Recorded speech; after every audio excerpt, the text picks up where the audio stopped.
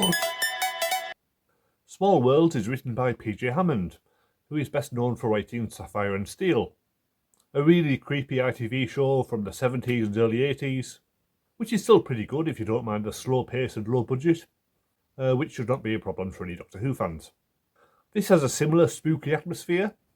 This time round, the evil beings are not aliens, but mysterious extra-dimensional entities, who even Jack knows very little about, except that they've always been around since the dawn of time. It's a welcome change of pace for the show and works a treat. We get more of an insight into Jack this week, starting with the revelation that he sleeps in a hole under his office. He was in Lahore in 1909, the first indication we've had that he's been on Earth for at least a century, and we meet his old sweetheart Eileen, who he had an affair with during the war. And now he's got back in touch with her, claiming to be his own son. It's good that we're starting to see more of Jack's immortal life. It really opens the show up to have flashbacks to different times and places, and now we know there's at least a century of Jack's past that we know nothing about, which makes him a lot more interesting. Eileen is an expert in fairies, and coincidentally they are currently active in Cardiff, targeting a young girl named Jasmine, played by Lara Philippart. She gives a really good performance as this lonely kid who's bullied at home and school, and only finds comfort with her fairy friends. As far as I can tell, she has not continued to act, but now she seems to be some kind of mental health spokesperson. I think it's the same person, but I can't be sure, but either way, good luck to her.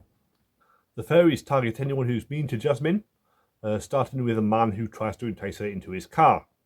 Obviously he's a paedophile, not the last one we'll see in Torchwood. Bill Pullman's character in Miracle Day is an even bigger nonce. He's convincingly loathsome, and it's satisfying to see him driven crazy, coughing up petals and dying in a police cell, which is the best place for him.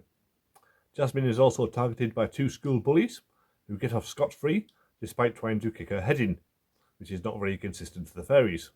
And also her stepfather Roy, who is kind of low-level unpleasant for most of the episode, but he seals his fate when he hits Jasmine in the face. Admittedly, this is after she bites him, but it's no excuse. The scene where the fairies attack him at the barbecue is the first time we get a good look at them, and the CGI isn't too bad for the time. They would certainly give kids nightmares. The climax has Jack choosing to send Jasmine off to live with the fairies forever, leaving her poor mother completely alone and probably suicidal.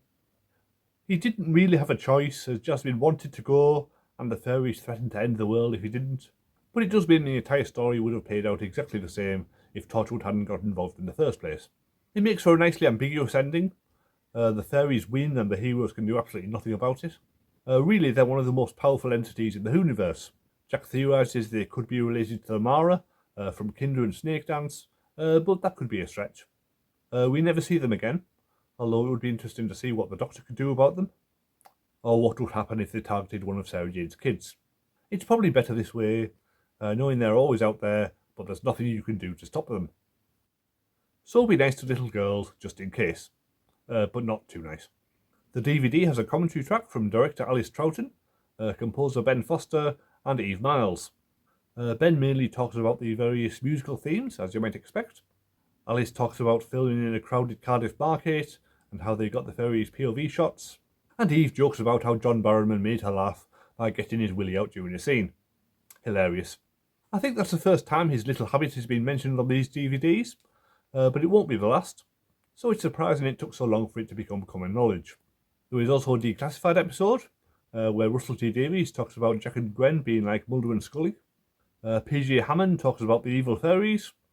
We see them filming the Playground Storm, and also the scene where Roy dies, with a member of the crew acting out the fairy part and looking like an idiot. Overall, it's a strong episode with its own unique atmosphere. It's a cut above the rest of the series so far. I'll give it 8 out of 10. Thank you for watching. If you enjoyed my reviews, you may want to join my Patreon, where you can read my reviews of 7th Doctor novels and 8th Doctor audios, and other things. Next week on this channel, Countryside, which I remember being pretty dark and nasty, and not very good. Press subscribe if you want to see what I think of it now, and I'll see you next time.